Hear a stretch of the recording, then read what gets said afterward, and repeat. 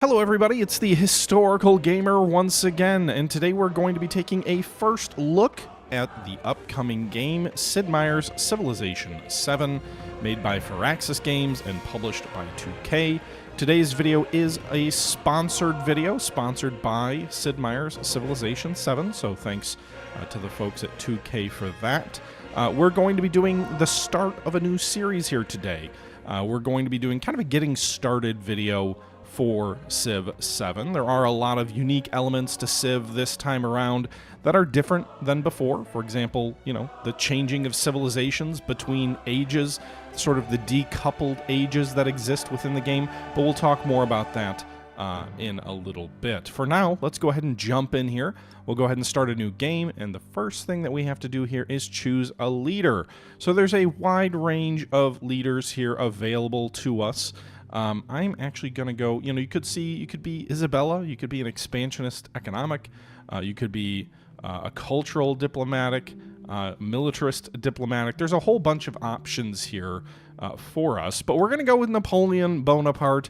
I think it's got a couple of interesting, unique traits with this leader that are fun to play with. And so first off, given a unique sanction called the Continental System that reduces the trade limit of the target leaders to all other leaders by 1. So basically, if you've got a limit of 4 trade, if your trade limit is 4, and you have the Continental System imposed on you by Napoleon, then it'll drop down to 3. So this is, the Continental System was Napoleon's during the peak of his power in Europe. He attempted to blockade the British by linking Europe as sort of one trade bloc aligned against the British. However, as that did, this causes a massive relationship penalty and costs more for others to reject. So it kind of links other countries more closely to you if you have a trade agreement, because it reduces the ability of other leaders to trade outside of your sort of agreements. You also get plus 8 gold per age for every leader you are unfriendly or hostile with. So you get extra gold if you are unfriendly with other leaders. And you can reject endeavors for free. This is the real reason I'm going with Napoleon, is because I want more flexibility and freedom to manage my diplomacy, and if another leader wants to, try and propose an agreement or propose an endeavor to me, I want to be able to reject that without spending influence and having to deplete my diplomatic options there. So usually, like, if someone wants you to do a diplomatic agreement with them, if you want to say no, it costs influence, and I don't want to have to do that. If I want to say no, I want to say no. So we'll go ahead and we'll choose Napoleon there. We'll also go ahead and choose a memento here. We're going to go with an economic +1 economic attribute because economy is key. I do plan to play fairly expansionist, which is also why I'm feeling Napoleonic here today. But I do think the economy is very important in this game. Now, Civ is sort of famous as a game that you can go down militaristic expansion, you can go down tech advancement or cultural advancement, but I think we'll probably, at least in the first age, go down a more militaristic approach. Now, it does unlock France in the modern age, and then you also have a next level unlock if we, I think we already did this, didn't we? I'm thinking level 2 here. The Portrait of Josephine at level 2, 2 gold per age, every leader you are unfriendly or hostile. So yeah, I think we already have that. Oh no, sorry, he's still 1. Okay, so Napoleon is still level 1. He's a level 1 leader, but I'm assuming if I level him up, I'll get that additional gold here. So let's go ahead and move forward. Now, this Civ is interesting in that you've kind of got different distinct starting ages here. You could start the Age of Exploration, you could start the Modern Age, or you can start in the Age of Antiquity. Now, what's kind of unique is these are like clearly delineated. I think the idea is that you play through an age, the age ends, and then, like, I haven't gotten through it, but I think it's like some time passes, theoretically, and then you kind of, like, start up again. It's a little bit of like a end of the chapter, flipping the page to the next chapter in your civilization. I think that's an interesting concept, but it's definitely one of the bigger changes with Civ this time around. We're going to start in the Age of Antiquity, though. We'll start from the beginning. Now, the Antiquity sort of starting civilizations that you get to choose from. There's a Rome, there's Persia, Mississippian, Maya, Marua, the Khmer, Ashkum, Egypt, Greece, or Han.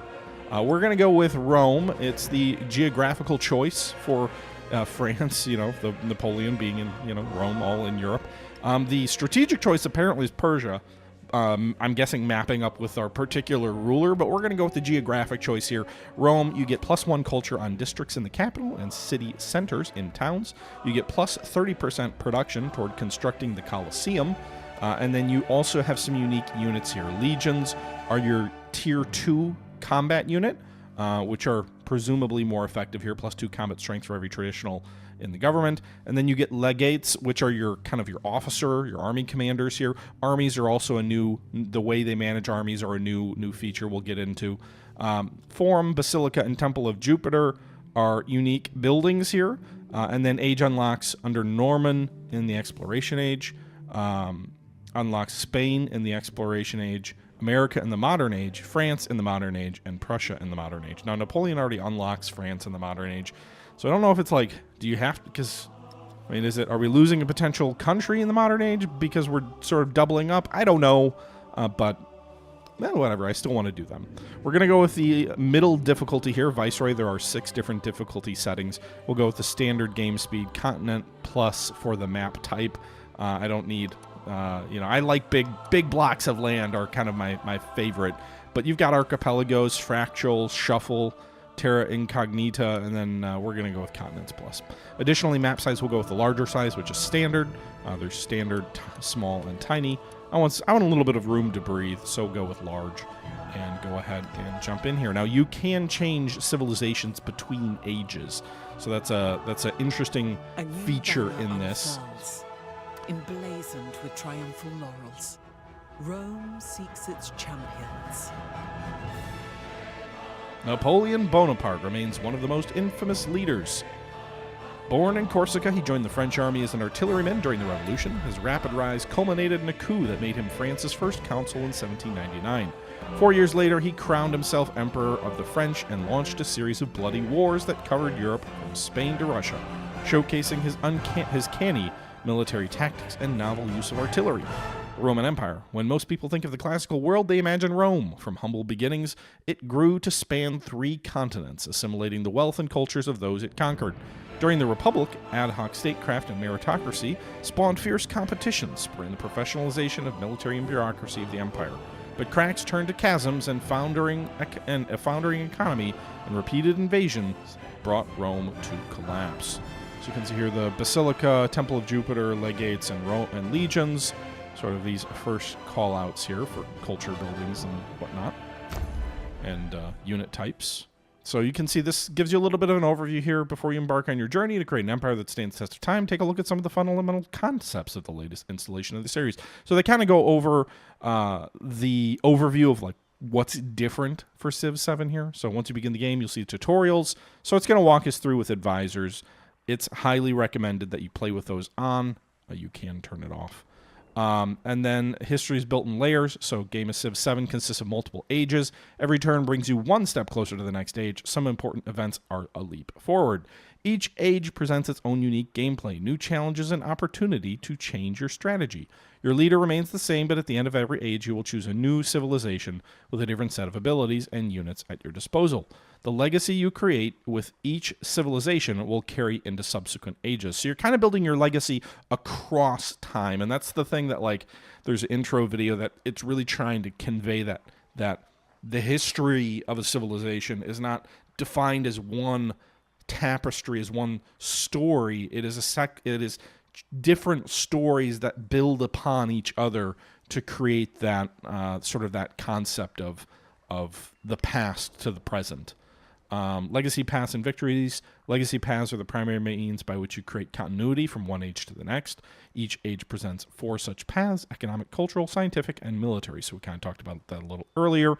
Whether you focus solely on one path or diversify your efforts, the progress you make will grant you unique and powerful abilities in the next age. In the final age, once you complete a legacy path, you will have the opportunity to perform one more decisive feat to seal your victory. Okay. Changes on the horizon. Every game of Civ is its own journey, as you will see following tutorials and advisor messages. There are countless ways to build an empire that stands the test of time. Good luck. Remember, you can always open the Civipedia, so that's kind of Right.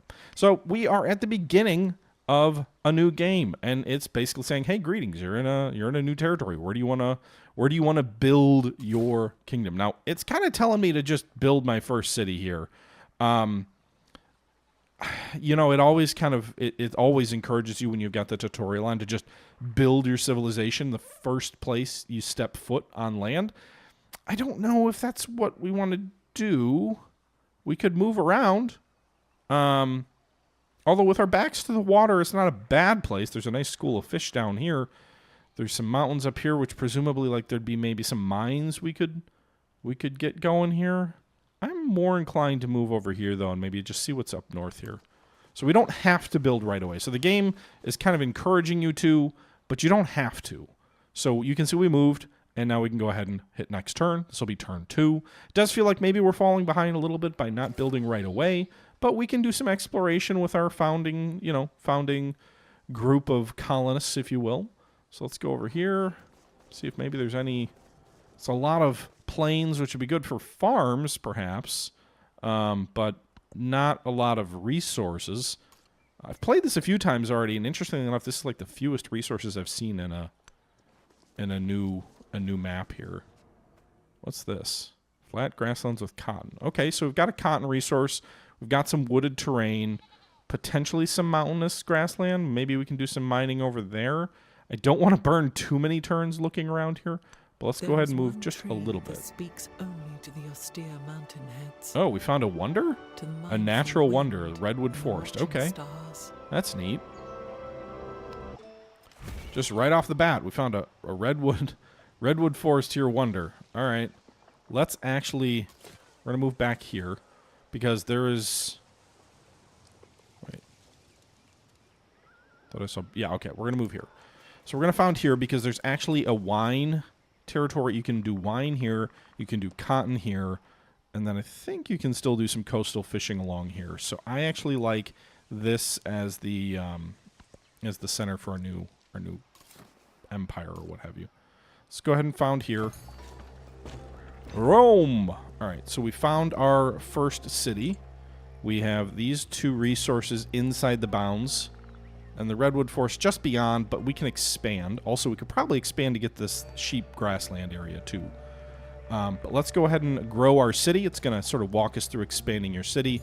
You can expand your city into adjacent tiles, get the yield it offers, and you can choose whether they're like urban hexes, whether they're mining hexes, those kind of things, the types of things you're building here, or improvements. So first things first, when your population reaches certain sizes, the ability to expand your city starts. There's 3 main resources that you start with here, with food, which feeds and grows your populace, production to construct buildings, and then science to propel us into the future, and obviously, do science-y things here. So we can expand the settlement here. We can also do a production here. Every game produces a certain amount of blah, blah. All right. I don't... Choose production to begin. I need to expand my city first. So...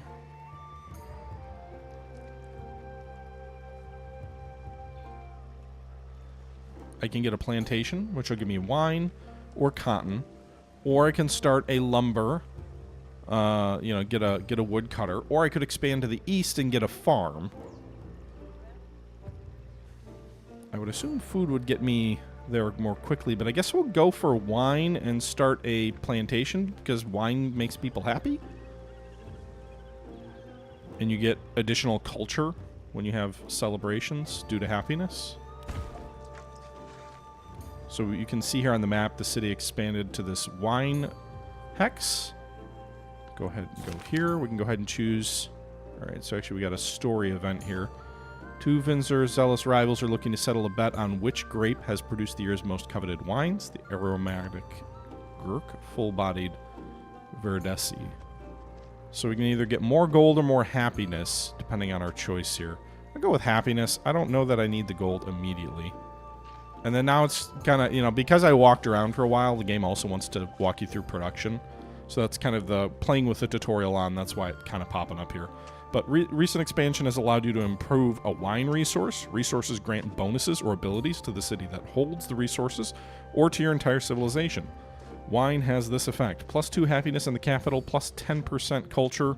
Culture when in a celebration. This is an empire resource, so it affects your entire civilization. Remember, buildings cannot be placed atop resources, so food growing atop them is always a great idea. Okay?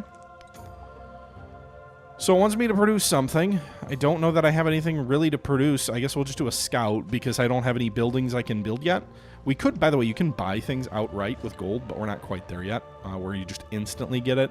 But for now, anyway, we can build either a scout or a warrior. They both take 1 turn, as represented by this circle with the clock on it. The military advisor wants me to do a warrior. The economic advisor wants me to do a scout. We'll do a scout.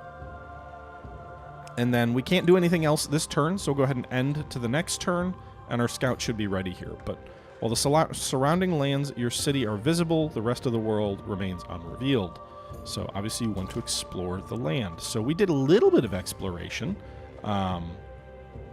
because we moved from the coast over here back west here, but we haven't done a ton of exploration. You can see all the unexplored gray hexes, if you will. So our explorer here, we've got our scout selected down here, 100 out of 100 hit points. He can move 2 hexes at a time, and he's got a field of view so that he can see beyond those 2 hexes. So if we move him here into the forest here, the redwood forest, it uncovers a few more hexes to the north, and, you know, that's all we can do for that turn with him. But we can move the scout once per turn.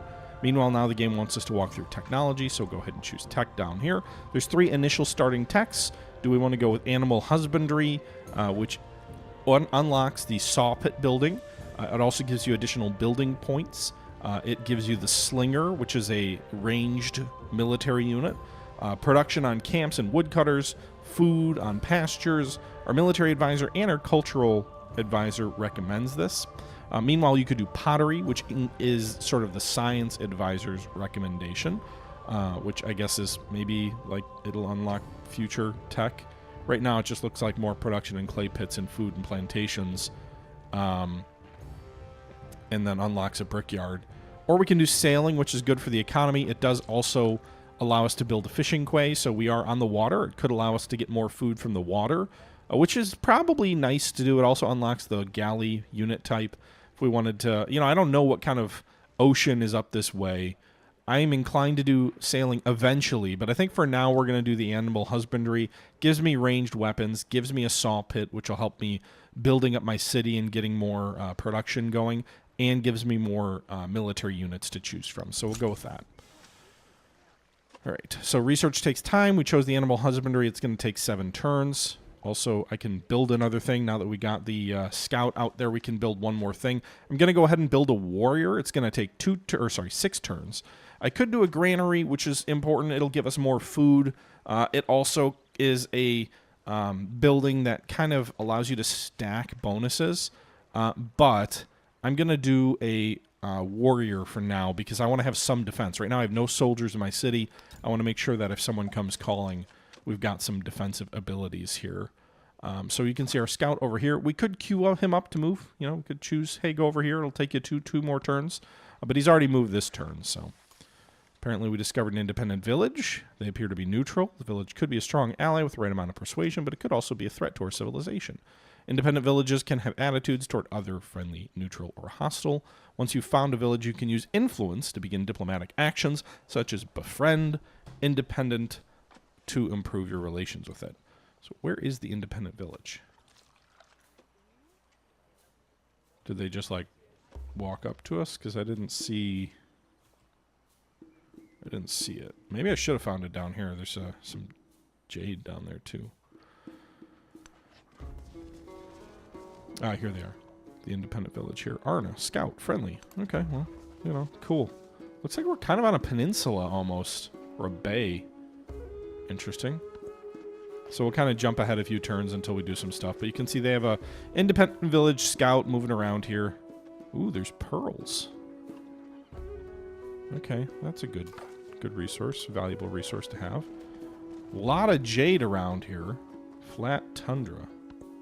We're building up here, but we aren't, like, doing anything yet, so just gonna kind of keep scouting around.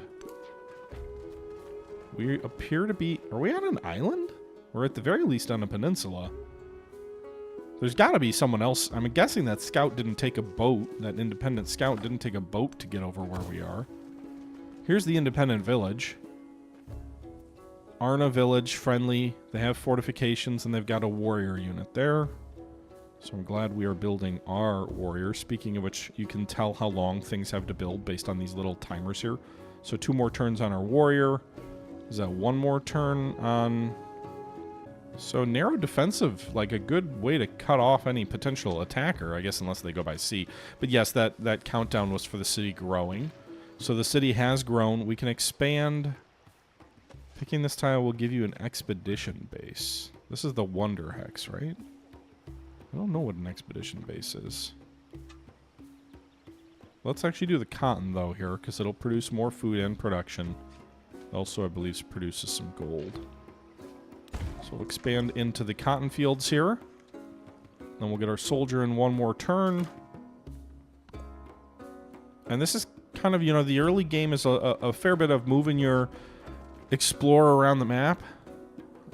I'd be really curious if we're on an island. And then also just sort of starting to build your stuff. All right, so we built the warrior. Let's go ahead and build a granary. Now, you can choose where to place your granary.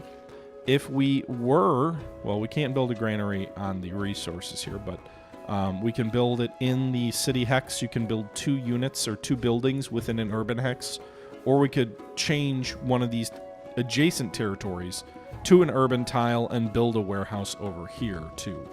But we're going to go ahead and just build it in our city center right now. No reason not to, I don't think. And then we will also set our warrior to fortify our city center here. So if the enemy does attack, they get a defensive bonus there. 7 more turns to build the granary, and the city will grow in 4 more. Meanwhile, we will continue to explore to the south. Early game, you can see it's 373,725 BCE. Right. Animal husbandry is unlocked. Civilizations are remembered for the accomplishments and paths they take through history. Some spread their accomplishments across a wide range, while others devote to a single cause. Your advisors at your service to guide you the path of your choice. Like any great leader, you may change your mind at any time. Now, where should we focus the efforts of the Roman Republic? So this would give us like different sort of trees of objectives to accomplish on our path to renown, if you will. So we'll go ahead with a military advisor. Because I do plan to do a little bit of conquest. So he's going to give us stuff like build a certain number of troops or conquer a certain number of territories. But we're going to go Legacy Path, Pax 1, or Pax Imperatoria 1. I'm your military advisor, a veteran of many wars. I live to serve you and preserve our empire through strength. Our warriors are bold and fierce, but victory on the battlefield requires discipline above all. We must train our soldiers quickly to keep enemies at bay. So objectives: study the discipline civic, the first step toward establishing a Pax Imperatoria, military legacy of the Antiquity age. Remember, legacies improve your performance in later ages, but you can choose to pursue one, multiple, or none at all. Okay, so now we've got Legacy Path 1 here. The first thing we need to do for our sort of progress to the next age, and this is, we're at 6% of the way to the next age. As this bar fills up, you get closer and closer. Different events, different legacy progress will speed or, not necessarily slow, but you either go very slowly or you go faster depending on legacy things you unlock here. So, yeah. All right, are we on an island? What is this? Is this a ruin? Devotees have come to see an old idol. Is this... It's a luxurious encampment. Devotees have come to see an idol of their faith. The worshippers, many of whom have traveled from afar, rejoice in the presence and are generous with their tithes. Collect tithes gives me gold and happiness. Share in their joy. No, I want the money. Give me money. Thank you. One of many discoveries that can be found. So usually I've seen ruins. I haven't seen luxurious encampments, so that's interesting. But we got some gold there. It's a very narrow peninsula. We did choose continents, right? I didn't choose like archipelagos or anything. All right, so our soldiers are here. They're in their fortification. We have a new tech to unlock, so we did manage animal husbandry, and now I've got sailing, pottery, or masonry as options. We're going to go with masonry. It will give us ancient walls, which give additional defensive bonuses to our city. It also allows us to build monuments, which give us more culture. Pyramids, which can give you gold.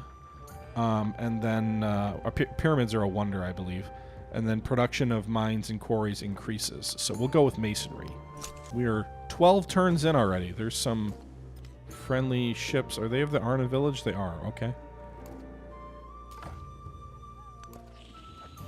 This is an island. Well, okay then. I guess I need to build a navy.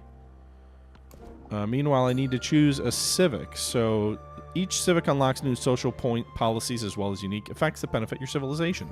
Once you've decided what to study, click on where to begin. So you have this civic ability, and I'm assuming the Civic Romanus and Exercitus Romanus are both unique civics for the Roman Empire because they've got the little Roman flag here, and then also you got those choices. And then discipline and mysticism are more sort of generic civics you can study. It's kind of like tech. They give different bonuses and things like that. Now, I believe our objective here was to do civic discipline. So we are going to do discipline first because that's what our legacy path calls for. I need to get I need to get a boat for my explorers. Or maybe they can just sail anyway. We also have to choose a government type. So you need to establish a government before you can enact social policies. Each form of government has its own unique effects. So you've got 3 different government types to choose from right now. Classical Republic, which gives you more culture, plus 15% production as well for wonder production. Despotism gives you more science for 10 turns, and then 30% production toward training infantry units. Or Oligarchy, which gives you more food, and then 30% more production towards constructing buildings for 10 turns. I'm going to go with Oligarchy because production of buildings is what I care about. Also, the food will allow my city to grow more quickly. That feels like a better early game bonus. The producing military units more quickly might be nice, but if we're on an island, I don't know how much of a threat we have to worry about. And then we've also got social policies here. So under your government, you may enact social policies. Complete civics throughout the age to earn more policies to enact. Choose your first social policy. So we can go with tool making, or we can go with charismatic leader. And you have one option for social policy right now. So more culture on the palace or more production and science on the palace. I'll go with more production and science. We're still nowhere near. This is the beginning of the age, and then the end of the age is over here. So there'll be a crisis, intensification, and then a culmination, sort of like end bosses, basically events for each age. We've already chosen oligarchy. Next celebration is in 12 turns, but we're going to go with tool making for our... And you can change your policies if you want. Okay, so we're still on that turn. Let's go ahead and move forward. All right, I think it's... Oh, let's go ahead and grow the city. We got a chance to grow it. We have 2 expedition spots here. These are both redwood forests, so they both give you the ability to have expeditions.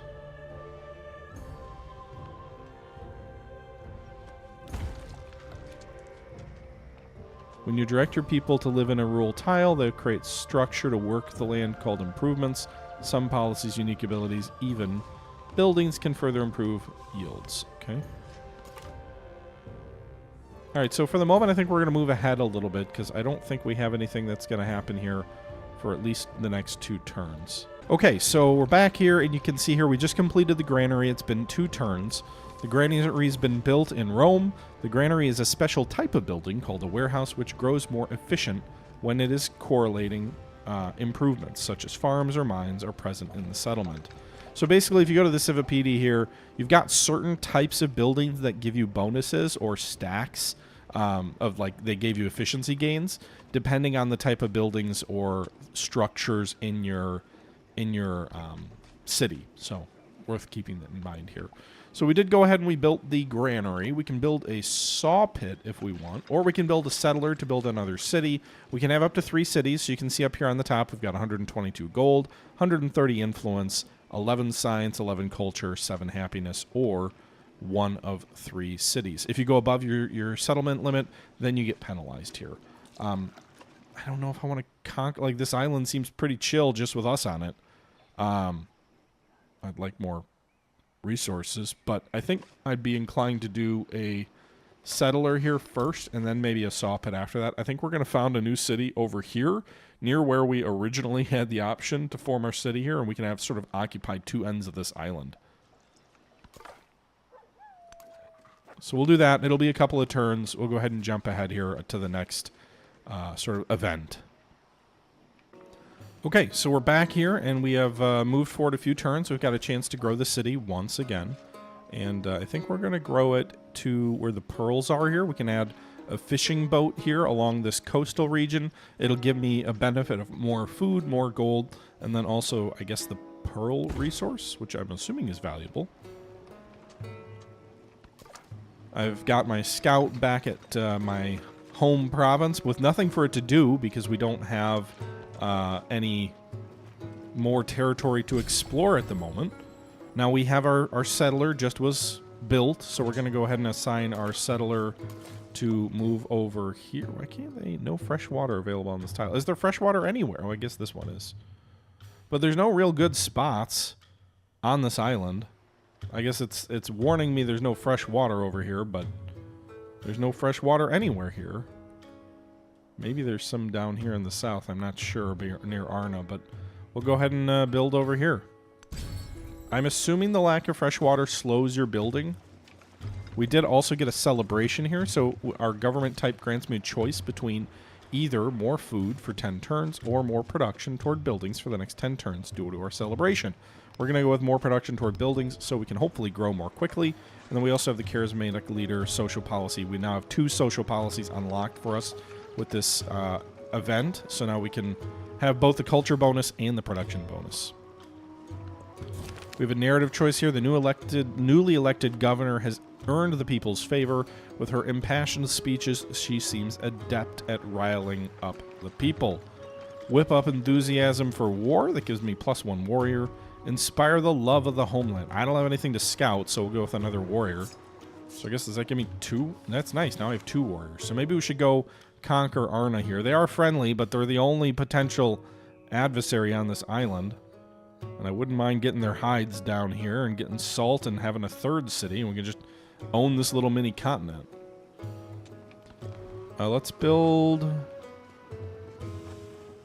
I don't know if I need a 3rd warrior. Let's build the saw pit over here. It will turn this flat farmland or this flat plain into a urban hex here. Well, maybe this will give me... Yeah, let's do that. Kind of boxed in here. I don't quite have as much room to expand as I'm kind of used to. Alright, we will skip. I need to probably do the shipyard or sailing trait for our next tech so I can get my scouts out to sea. Alright, so we're going to move into this hex. It does recommend, so like it gives you different spots on the map where it recommends building a city. So you can see over here, resources near a city is far enough away, but close to give you a bonus. Abundant resources, but no fresh water. Over here, it's got near a city and resources. It doesn't have regional yield.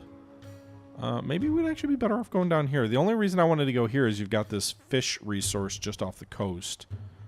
But I'm thinking down here might be better, because it's got abundant resources, so it might actually be a better spot, but we'll just build here. So we expanded, new home, new town. Expand the nearby tiles, build units. It is a town, not a city, so I guess you can only purchase buildings. So you can see these buildings will build instantly if I spend 220 gold, but you don't get to get them unless you you know, have enough gold, which we don't yet.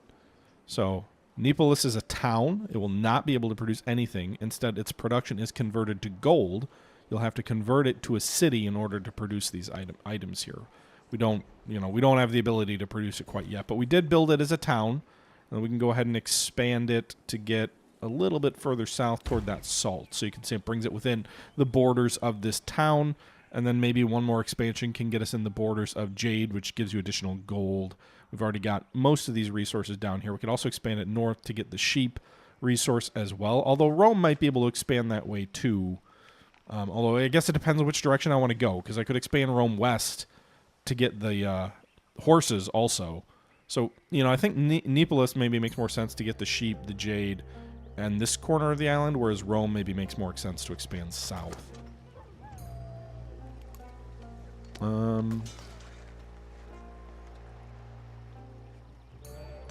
let's move our military unit down here. I don't yet have a general, but that will come. We're 12% toward the next age already? 200 age progress, we're at 23. Okay. Civic disciplines in 2 turns. I think when we get that, we get our general. But I could be wrong. Might be misremembering that. Uh-oh, what's this? Hostile galley off the coast. Another village. Okay, well maybe move one of them back into the city just so nobody's like, our capital's not abandoned. Apparently we have low happiness. Neapolis is brimming with discontent and productivity is flagging. Assign happiness resources station at command. Station a commander in this. Okay, so we should assign happiness resources. Station a commander in the settlement. We don't have any yet. Or invest in happiness infrastructure here. Okay. So it's affecting their productivity. They look happy. They got the little smile. Huh.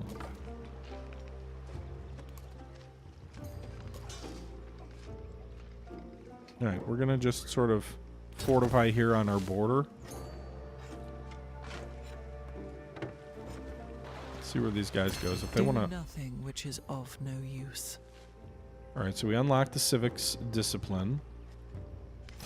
He was the We also first unlocked constructor. masonry. Happiness measures your people's satisfaction with you. Settlements send you excess happiness.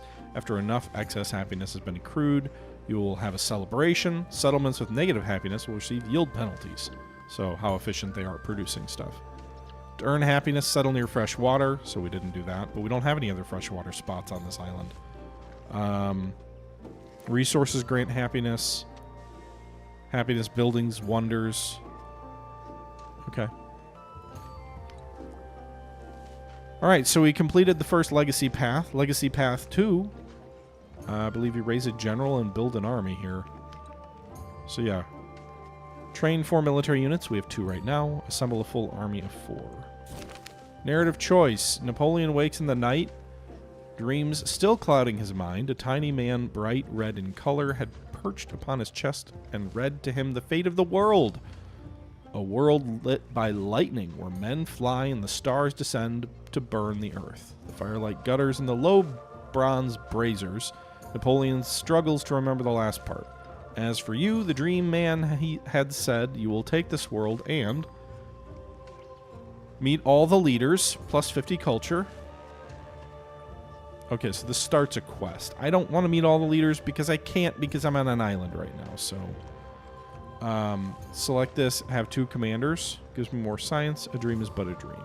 Plus 1 culture in all settlements. Oh, there's the frowny face now for Nepolis. 2 commanders, I guess. 50 science sounds like a lot. Meanwhile, I do have 1 commander here. So we just got him with the discipline trait, I think. Right here. This legate. Curious where those that galley, that bad guy galley is going, the hostile galley. Let's go ahead and send our general over toward Neapolis. Maybe he can make them happy. Meanwhile, we have to research a new tech, which we're going to do sailing. We have masonry 2, pottery, but we're going to do sailing. It allows us to embark land units to traverse coastal terrain. And then for our new civic...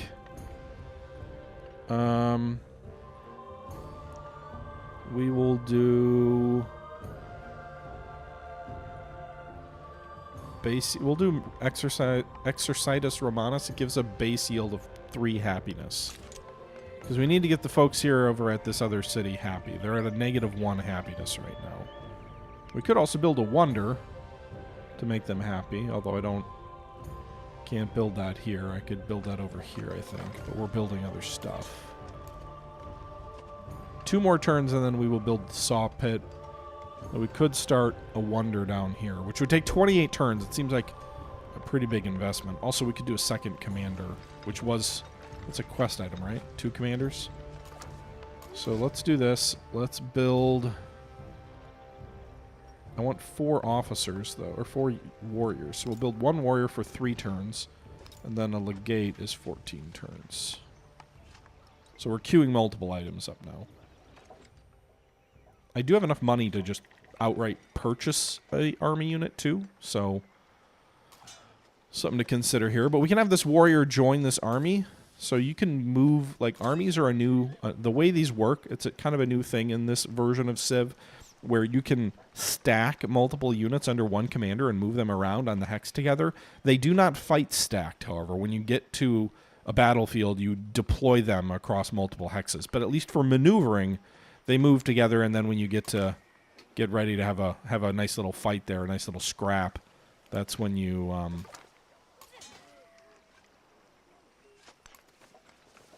that's when you deploy them for battle.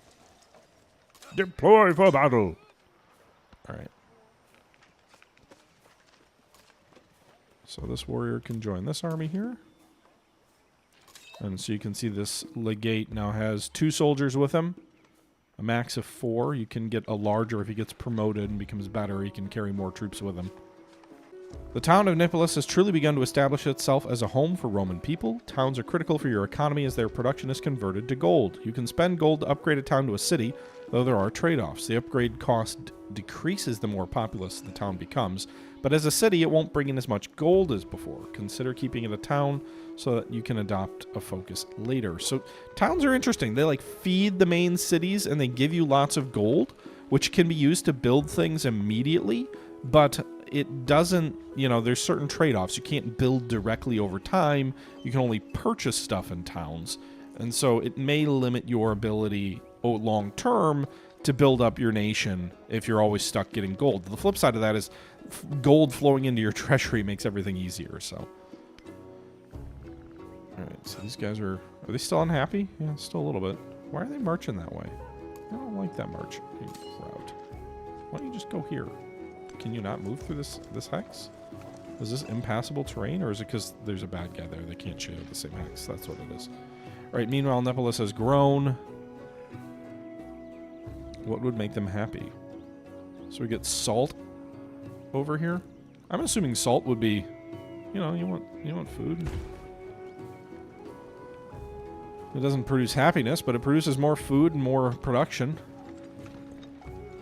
Meanwhile, you get different resources. So now that we just unlocked that hex by building a mine there for salt, you go to the resource screen where you can view and manage resources you've acquired via improvements and trade routes. At the top of your empire are your empire resources, which affect your civilization. On the left are your unassigned city and bonus resources. On the right are your settlements and resources assigned to them. To assign a resource, select one from the left and then select an empty slot in the desired settlement. City resources can only be assigned to cities, but bonus resources can be assigned to either towns. So we have a city resource. We can only assign it to Rome. Rome already has pearls and cotton for what it's worth. But we can't assign it to Nepolis because it's a town, even though it's there with Nepolis. So salt gives us more production toward training units. The next soldier is ready. Is that galley coming right back?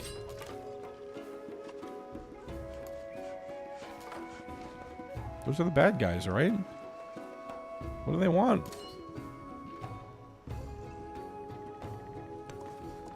Meanwhile, maybe my commander will make them happy by garrisoning a large army there.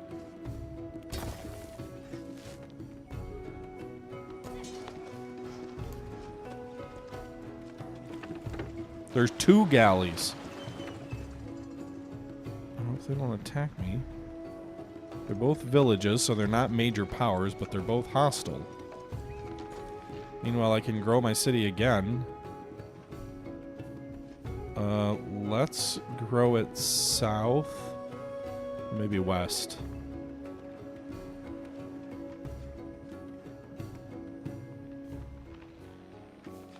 Or we go east. I don't know. Let's get this one. I'll get production, culture, science. I like to build my cities long rather than wide for whatever reason. Alright, we'll do the resource for fish. Another resource that we can assign, and it goes to Nepolis here. It's a town resource. So +3 food. Which will help Nepolis grow more quickly, too. I guess the officer doesn't make them happy? Go away, galleys. You're making me nervous. The fair breeze blew. Alright, so we got the galley, or we got the sailing tech. So I could build a fishing quay. I could also build a galley, which costs 1 gold for maintenance, but I can maybe build 2 of those darn things. I need to try and clear these guys out here. I don't like that they're going to be going up 2 to 1, but I don't particularly like that. Those bad guys are just sitting off my coast, too. I would like to build an army here for the boys at Nepolis, but I can't leave my capital unguarded either. Meanwhile, new tech, we can either do pottery or masonry. Masonry. It'll give me defensive bonuses and fortified hexes. Right, we're going to sleep this scout until later. Frankly, same as the warrior. I don't want to have to keep clicking the button.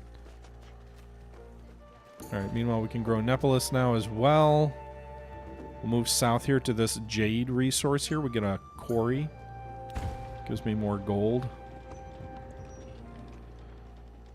And I can put jade into Rome. So I've kind of maxed out my resource bonuses as well.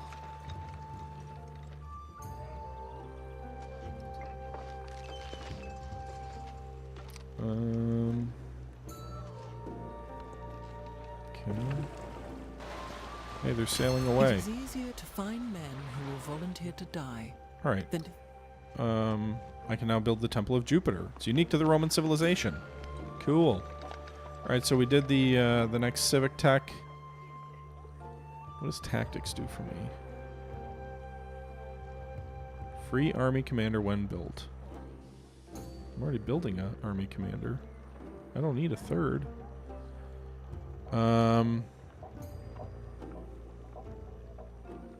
Yeah, I want the bonus of happiness. Meanwhile, we have surplus influence. This is like for diplomacy, but I haven't, because I'm on an island, I haven't discovered anyone to do diplomacy with yet. So, yeah. Meanwhile, I'm building that second general. I haven't started building the galleys yet because we're working on that second general. I've got 306 gold. Maybe I just... Let's do this. I want to leave at least 1 unit in my capital as a garrison. But I have enough gold to build 2 warriors. I think I can only build 1 out of a city per turn. So we built the one in Nepolis using 120 gold. We'll go ahead and assign him to the army here. So now I've got 3 units in that army. We've now trained 4 militia units for our Pax Imperatoria 2. And then we will, this turn, also build another warrior with 120 gold. And next turn we will assign him to the army. And then we will move the army down, hopefully, to crush the independent village. Because we said we wanted to be a conqueror. So that seems like the only logical thing. Alright, so I have successfully completed Pax Imperatoria 2. Next, assemble an army including at least 1 siege unit. Then attack and capture another civilization's settlement. Well, we haven't found any other civilizations. So I don't know if we just want to decline this for now. I don't have the ability to build siege units yet either, so... I don't know what declining it really does, but... Let's go ahead and move the army. You can see these multiple units here. It's definitely a larger stack as we're moving down on the friendly people of Arna. They don't know what's coming.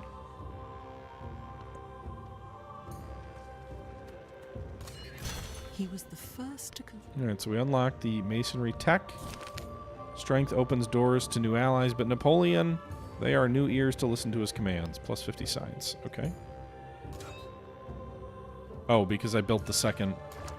My second general officer is now in Rome. And that was that journal quest. Arna has some slingers here, eh? I only have one available tech to research, which is pottery, so... Where are their slingers going to go? I think they might be a little nervous about running into a large army. Okay, so let's show what you can do here. We're moving all these guys together, but now that we want to actually fight them, we've got to go ahead and deploy the army. So we'll deploy them forward here. And then these soldiers automatically deploy. Apparently some of these guys show up in boats, too. We've got this enemy unit, or not enemy units, they're friendly units, but we've got 2 units of slingers here in front of us. Now, we've used our movement points to deploy, so we won't really be able to fight them until next turn. I'm not particularly fond of throwing my warriors on boats, but it is what it is. Meanwhile, Nepolis has grown again, so we can expand it one more time. Or not one, we can expand it again. Move it to the flatlands to the west here, so we can hopefully unlock the sheep farm next time. And now you can see all of this territory is now all of ours. You can see the 2 towns have linked into one common border for our kingdom. So let's go ahead and have our first look at combat here. We're going to go ahead and attack these guys. This will start hostilities with the independent power of Arna. Yep. Wreck him. And our commander gets experience. So your commander gives you bonuses for existing. I believe commanders are new in Civ. This Civ. So that's a new feature. But they give you bonuses for fighting within sort of your radius, and then your commander gains experience. And now if you hover over a unit that you're going to fight here, you can see here it gives you an estimate of the results. So the red on the right side near the slingers represents the casualties we're going to take of their unit. The red on our unit on the left side of this little graph here on the lower right represents our casualties. So you can see we have a very tiny red sliver. The rest of their unit's going to get destroyed if we attack them again. That's the estimate, and that is what happened. So we inflicted 11 losses on them. We didn't actually lose anything, and we moved forward here. So we'll move our galley and unload these boys near Arna. And they can't move, and they can't attack quite yet. So the enemy did have 2 slinger units. Move our general forward here. And we also have an infantry unit, which generals and infantry units can occupy the same hex, but 2 combat units can. So generals are not combat units. All right, so our army is deployed, and we're now going to go ahead and try and conquer Arna. Their slingers did attack his back and did 18 damage there. Our galley is complete. Keep in mind, the Antiquity era, the open oceans remain impassable, so your movement is limited to navigable rivers and the shallow waters surrounding land. So we do have, I think, here's our galley. It's ready. Can only go so far out to sea, but maybe we can find more territory. Meanwhile, I should probably also, can I throw my explorer on a, yeah, our scout can go on a boat now too. So I can send my scout on a little search of little voyage to see where there might be more land for us. Meanwhile, my soldiers here. That's our general. Alright, slingers good on the offensive. Not so good when we are attacking them. So we destroyed another enemy slinger unit here. Our general gained some more experience. And our armies are moving down to conquer the people of Arna. There are a couple of galleys, it looks like. They've got some naval units here for us to be aware of, I suppose.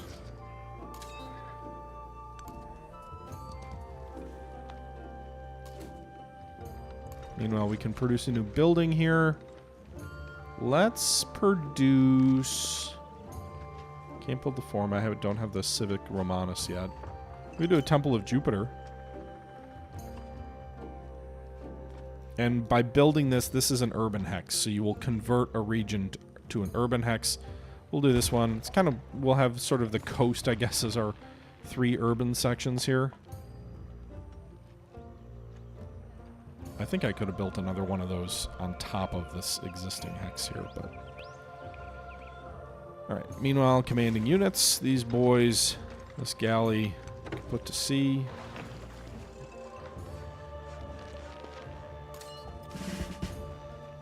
Alright, so our legate can earn has earned a promotion due to his experience he's gained, I guess. So we've got...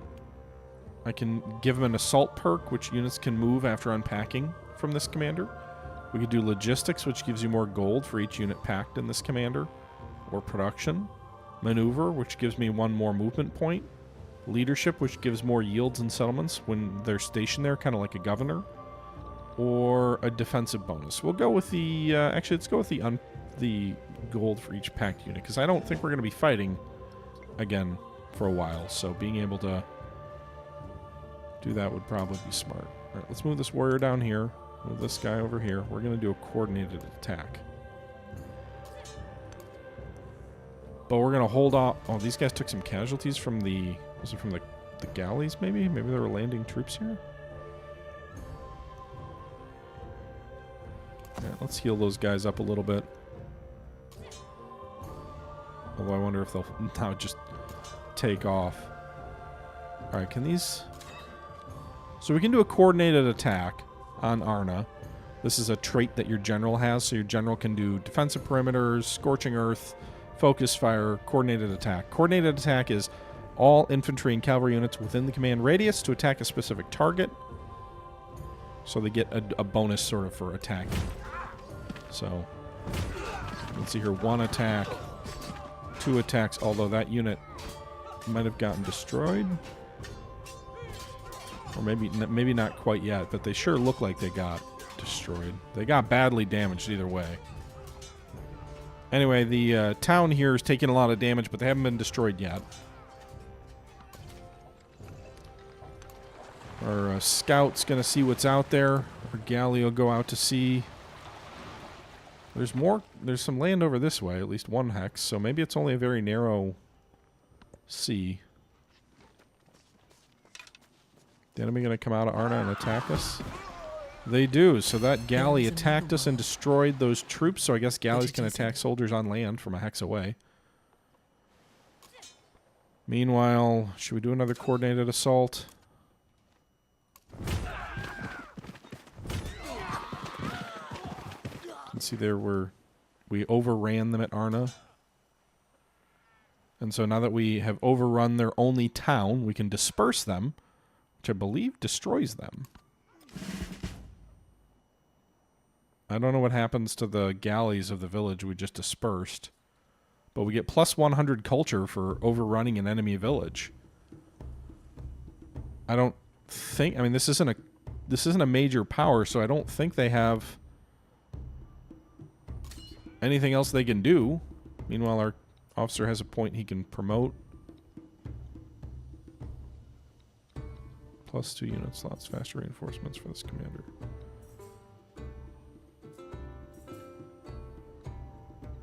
I'd rather he go defensive. You can see this sort of skill tree here. So we got 2 experience for that officer. We had the one unit destroyed. The independent power of Lyciana has been dispersed. You get 100 culture. So that's what we just did there. You've earned your first leader attribute point. These let you customize your leader to fit your playstyle. Choose your attribute. Click the icon on your leader's portrait.